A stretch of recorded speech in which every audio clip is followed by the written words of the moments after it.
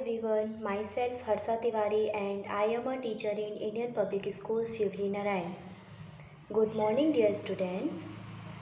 आज हम पढ़ने जा रहे हैं क्लास 4 का इंग्लिश रीडर। ओके, आज का हमारा क्लास है क्लास 4, सब्जेक्ट है इंग्लिश रीडर, जिसमें लेसन 1 में मैंने आपको अकबर और बीरबल की बेटी की कहानी कुछ क्लियर की थी, कुछ समझाई थी। ओके, अब हम इस चैप्टर में आगे बढ़ रहे हैं और आज ही हमारा लेसन कंप्लीट हो जाएगा। So let we start. When the girl appeared before the emperor, Akbar asked her, "Why were you washing clothes in the middle of the night, Your Majesty? I beg your pardon because I could not help it.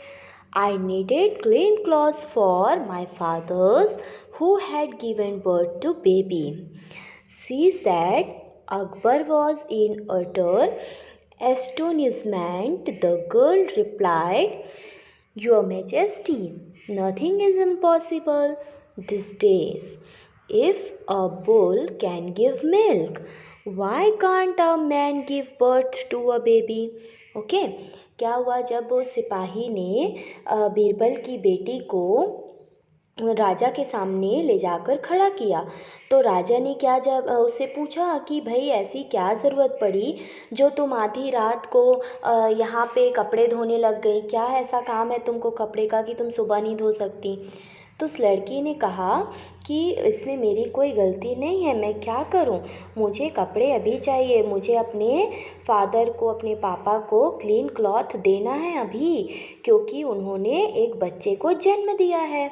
तो राजा सोच में पड़ गया, अरे ऐसा कैसे हो सकता है, कोई इंसान मतलब कोई आदमी किसी बच्चे को कैसे जन्म देगा? तो उसने कहा कि ऐसा कुछ भी नहीं है, आज के ज़माने में तो सब पॉसिबल है, कुछ भी इम्पॉसिबल नहीं है। जब एक सांड जो है वो दूध दे सकता है, तो एक आदमी बच्चे को जन्म क्यों नहीं दे सकता?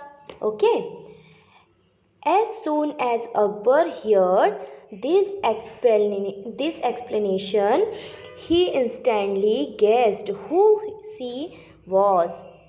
Such a clever and witty girl could only be Birbal's daughter. जैसे ही उसने राजा की बात का जवाब दिया, वैसे ही राजा को समझ में आ गया कि ये कौन है, ये जो होशियार और चालाक लड़की है ये कौन है। तो उसने समझ लिया कि ये बीरबल की बेटी है, क्योंकि इतनी चालाक और होशियार तो बीरबल है और उसकी बेटी भी वैसी ही है। Okay, he laughed and said, "You won. Now you go home and inform your father that I accept my defect." Okay, फिर क्या हुआ, राजा ने जब उसको पहचान लिया, समझ गया उसकी बात को कि वो क्या समझाना चाहती है, तो फिर राजा ने कहा उसकी बीरबल की बेटी से कि ओके, उसने हंसा, थोड़ा सा स्माइल किया, फिर बोला ठीक है तुम जीत गई, जाओ घर जाओ आराम से और जाके अपने पापा से बोलो कि मैं अपनी गलती मान चुका हूँ, मुझे समझ में आ गया है कि मैंने क्या गलती की थी। Okay, she bowed her head and the emperor and happily left for home. तो जो बीरबल की बेटी थे उसने आदरपूर्वक अपना सर जो था वो राजा के सामने झुकाया, उनको प्रणाम किया और बोला ठीक है कि अब मैं घर जाती हूँ। और वो खुशी खुशी घर चली गई, क्योंकि उसके पापा की प्रॉब्लम क्या थी, सॉल्व हो गई थी। ओके, क्योंकि उसके पापा को राजा को क्या देना था, सांड का दूध ला के देना था, लेकिन सांड तो दूध देते ही नहीं है, दूध तो गाय देती है। अब ये बात राजा को कौन समझाता? तो ये बीरबल और उसकी बेटी का एक प्लान था, जिस तरीके से उन्होंने राजा को उनकी गलती का एहसास कराया। ओके, आई होप कि आपको ये चैप्टर अच्छे से समझ में आया होगा। ओके ना, नाउ अब इसके आगे मैं आपको आंसर क्वेश्चंस और टिक द करेक्ट आंसर भी सॉल्व कराऊंगी। ओके, तो आप अच्छे से इस चैप्टर को, इस वीडियो को और अच्छे से देखिए और पहले वाली वीडियो को भी देखिए और इस चैप्टर को अच्छे से समझिए। ओके ना, now bye and keep smile. Thank you.